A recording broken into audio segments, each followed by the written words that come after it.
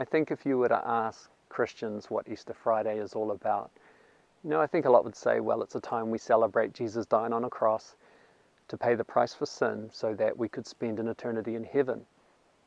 That's certainly the answer I would have given.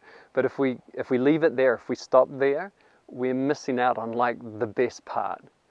Because this gospel, this good news, this most amazing news isn't just that Jesus died on a cross to pay the price for sin, so one day I go to heaven. It's that Jesus died to redeem lost sons and daughters and to get heaven into us today.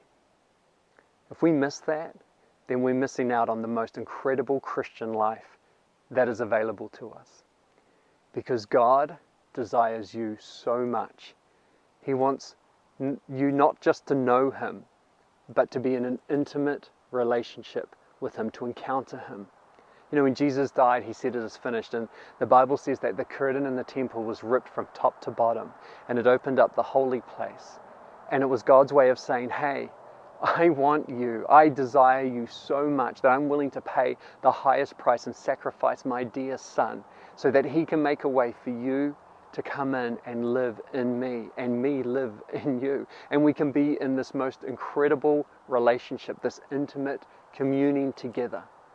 That's the invitation of a perfect and loving Father. And the Bible also says that we are a temple. And Jesus said in the book of John that if you choose to live in Him, then He chooses to live in you and He will dwell in you. But I often wonder, how many of us have a curtain over our heart, over our most inner man, and inside is our deepest, darkest thoughts and secrets and our hopes and desires. And it's like we're saying, Lord, you can come into my life and you can be part of my world, but there's this area that I'm holding on to that I don't want you to be a part of, and either veil up, maybe it's a veil of guilt and shame, but it's like, we're saying to Him, you just stay out there. Well, when Jesus died, He gave it all. He went all in. He held nothing back. He surrendered everything to make a way. And as Christians, as followers of Christ, we're meant to imitate Him and do what He does.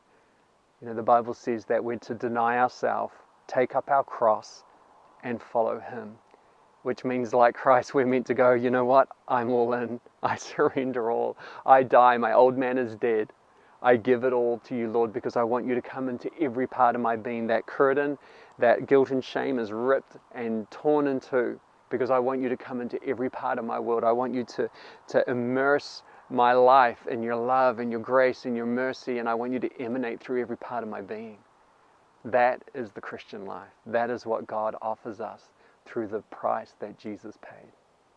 So this Easter Friday, as you think about the price He paid for you, think about the price you're willing to pay for Him, because His greatest desire is intimate relationship with you.